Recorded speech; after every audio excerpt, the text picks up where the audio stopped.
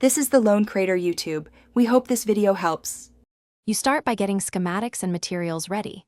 This saves backtracking. Open the schematics menu and confirm the blueprint you want, then check the ingredient list so you don't run dry.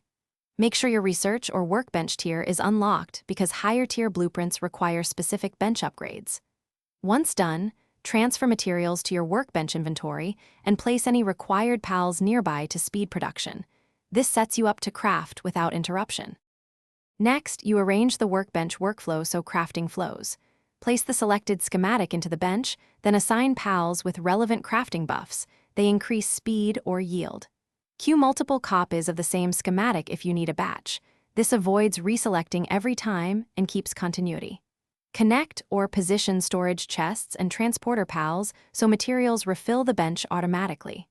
Once established, monitor the first run to tune pal assignments and queue sizes for consistent throughput. Finally, you complete the craft and secure the results.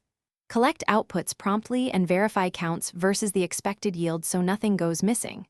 If you produce the wrong items or have excess, recycle or dismantle to recover useful components. If crafting stalls, make sure the bench level matches the schematic, pals are not knocked out or assigned elsewhere, and storage routing is unobstructed.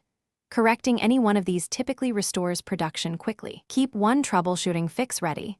Check material feed first. Thanks for watching. Consider subscribing if we helped you.